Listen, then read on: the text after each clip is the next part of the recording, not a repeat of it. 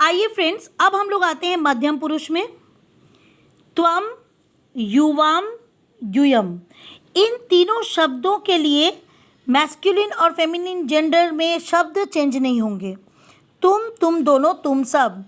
You, you two, you all. ठीक है, तो मैस्कुलिन एंड फेमिनिन दोनों जेंडर के लिए त्वम, युवाम, यूयम ये लगेंगे। और उत्तम पुरुष में अहम, आवाम, वयम ये भी मैस्कुलिन एंड फेमिनिन जेंडर दोनों के लिए प्रयुक्त है। इसका मतलब है इंग्लिश में आई यानी कि मैं, हिंदी में वी टू हम दोनों, वी ऑल हम सब। हमेशा बच्चों को इंग्लिश और हिंदी ग्रामर के साथ संस्कृत टैली करके पढ़ाएंगे तो बहुत जल्दी बच्चे उसको ग्रिप में अपना ले करके इसका ट्रांसलेशन बना सकते हैं, जो मेन मोटो होता है।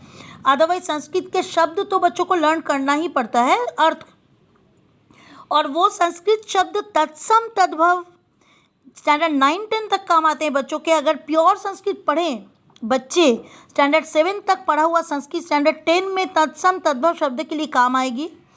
नॉट ओनली दैट, बच्चों के हिंदी व्याकरण में शुद्धता आती है, स्पेलिंग में, राइटिंग में, सब में। एक और चीज़ मैं बता दूं कि उत्तम पुरुष, मध्यम पुरुष, प्रथम पुरुष, जबकि हम लोग संस्कृत में लिखते हैं प्रथम, मध्यम, उत्तम, वही चीज़ इंग्लिश में first person, second person, third person. Grammar में फर्स्ट पर्सन उत्तम पुरुष है, मध्यम पुरुष में सेकंड पर्सन है, थर्ड पर्सन है प्रथम पुरुष में।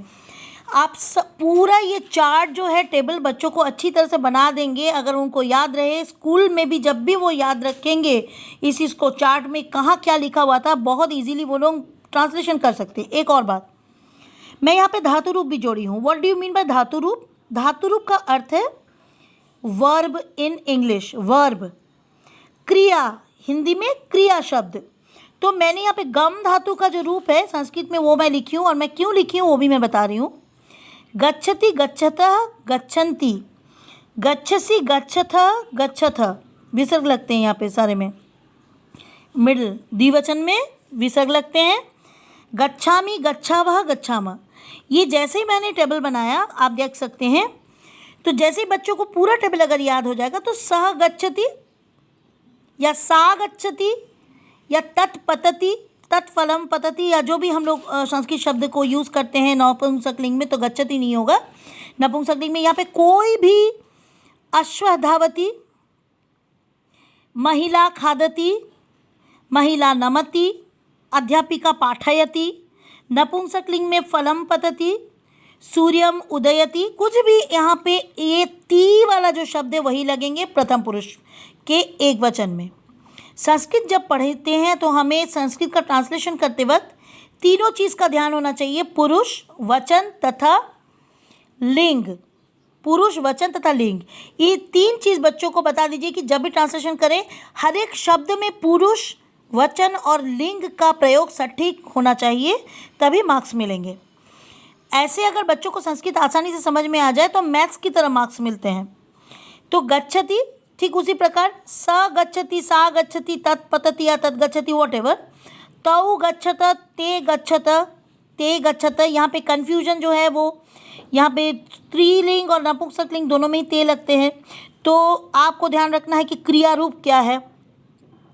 अगर ते गच्छत होगा तो या फिर तौ गच्छत होगा, या ते गच्छत अगर होगा तो महिला दोनों जाते हैं, पुरुष दोनों जाते हैं, और ते गच्छत तो नहीं हो सकता, यानी कि उसी का शुद्ध और अशुद्ध रूप, तो ते पतत हो सकता है, ते फले पतत, दोनों फल पर गिरते हैं। ठीक उसी प्रकार गच्छन्ति में ते गच्छन्ति, ता गच्छन्ति, तानी पतन्ति, या जो भी है। त्वम गच्छसि, युवाम गच्छथः, यूयम गच्छथः।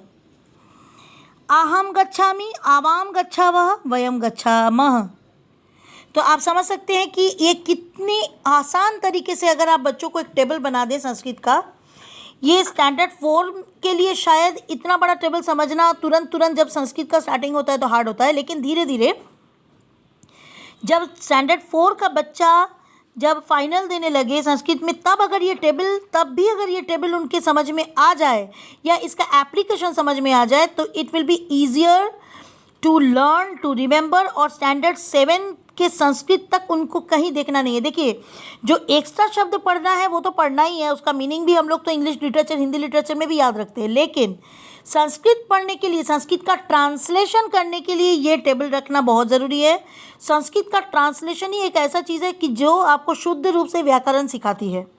बाकी आप धातु रूप का भी या वर्ब का भी दूसरा रूप है, लट लकार, लंग लकार। यहाँ पे मैंने लट लकार यानी कि प्रेजेंट टेंस मैंने लिखा हुआ है, जो कि स्टैंडर्ड 7 तक ऑलमोस्ट प्रेजेंट टेंस आते हैं, या फिर लंग लकार यानी कि पास्ट टेंस आप यहाँ पे जोड़ सकते हो।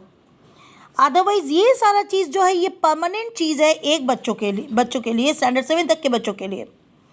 तो अगर बच्चे को ये समझाया जाए कि उन्हें संस्कृत, इंग्लिश और हिंदी ग्रामर के साथ टैली करके पढ़ना है, तो बहुत ही आसान तरीके से बच्चे याद रखेंगे और उसको सीख पाएंगे। I hope you have liked my video. Please subscribe my channel AM Educare council. Thank you. मैं बहुत जल्द वापस आऊँगी दूसरे क्लू के साथ, ट्रिक्स के साथ, ताकि बच्चे आसानी से पढ़ाई कर सकें। And I am just going to deal with other subjects, not only with Sanskrit, with English, किस तरह से जल्द हम लोग इजीली लर्न कर सकें, विथ ज्योग्राफी, हिस्ट्री या साइंस के भी अगर कुछ फॉर्मूले की इस तरह की हो जो बच्चे को आसानी से याद हो सके, वो सारा मैं अपना वीडियो अपलोड करने वाली हूँ। आप लोग मेरे साथ रहें, और मैं इस टेबल का स्टिल फोटोग्राफी जो है मैं अपनी वीडियो में ऐड करने जा रही हूँ। Thank you friends.